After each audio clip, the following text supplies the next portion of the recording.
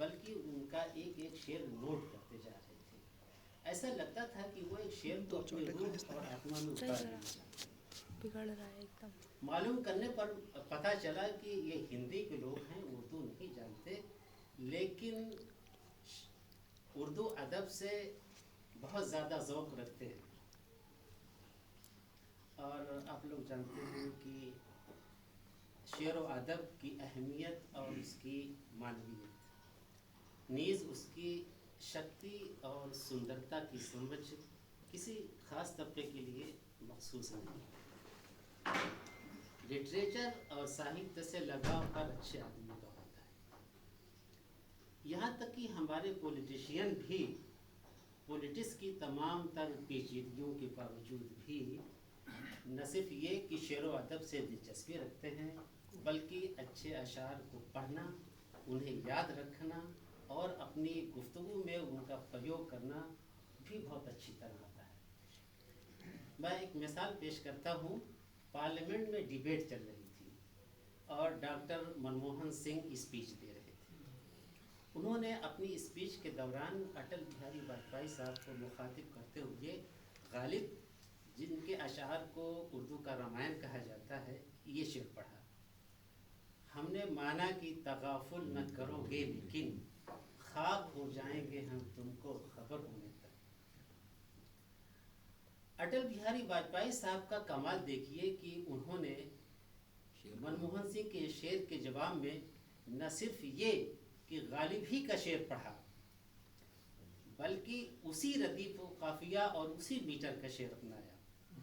اور چونکہ ڈاکٹر منموہن سنگھ سردار ہیں اور لمبے لمبے بال رکھتے ہیں, جن کو اردو میں زلف کہا جاتا ہے, تو اٹل جی نے ایسے شعر کا انتخاب کیا جس میں زلف کا ذکر آئے اور وہ ڈاکٹر صاحب کی شخصیت پر پوری طرح چسپا ہو سکے. تو ڈاکٹر منموہن سنگھ نے جو یہ شعر پڑھا تھا, ہم نے مانا کہ تغافل نہ کرو گے لیکن خاک ہو جائیں گے ہم تم کو خبر ہونے تک. اٹل جی کا شعر تھا, آہ کو چاہیے ایک عمر اثر ہونے تک, کون جیتا ہے تیری زلف کے سبب. اس شعر کا مقطع ہے, غم ہستی کا اثر کس سے ہو جز مرگ علاج, شمع ہر رنگ میں جلتی ہے. اٹل بہاری واجپئی صاحب کے ذکر سے ایک واقعہ یاد آ گیا کہ اٹل بہاری صاحب جب پی ایم تھے تو انہوں نے پاکستان کا دورہ کیا تھا.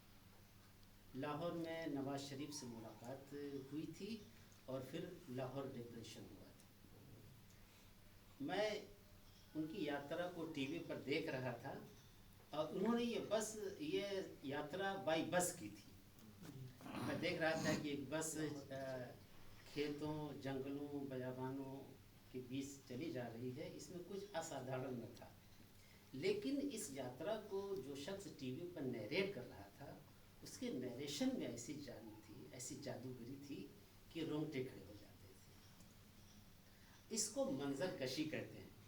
کسی واقعے کو اس طرح لکھنا اور اس طرح کہنا کہ پڑھنے اور سننے والا ایسا سمجھے گویا کہ وہ پڑھ یا سن نہیں رہا ہے بلکہ سب کچھ اپنی آنکھوں سے دیکھ رہا ہے. اس فیلڈ میں, منظر کشی کے فیلڈ میں ہمارے بزرگ رائٹر کالی داس کو پرتھم استھان حاصل ہے. انہوں نے اپنی کتاب میگھ دوت میں کمال کی منظر کشی کی ہے. ویسے اگر دیکھا جائے تو ہمارے شعراء, ساہتیہکار اور رخنہ کاروں نے انڈین لٹریچر کو اپنے شاہکاروں سے مالا مال کیا.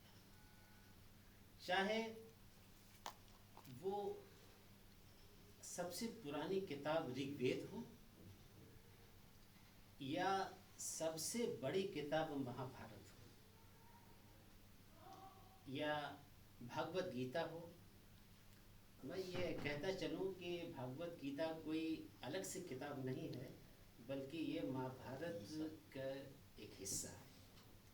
مہا بھارت کا ایک چیپٹر ہے بھیشم پوروا, اس کے 25 سے لے کر 42 تک کے حصے کو بھگوت گیتا کہتے ہیں. چاہے بھگوت گیتا ہو یا تلسی داس کی رامائن ہو یا کبیر داس کے دوہیں ہوں یا میرا بائی اور سورداس کے کشن بھکتی میں کہے ہوئے بھکتی کے گیت ہوں، یا رابندر ناتھ ٹیگور کی گیتانجلی ہو، کالی داس کی شکنتلا، یا آپ کے میگھدوت ہو، تمام لوگوں نے اپنے لٹریچر سے انڈین لٹریچر کو مالا مال کیا ہے. یا ملک محمد جائسی کی کتاب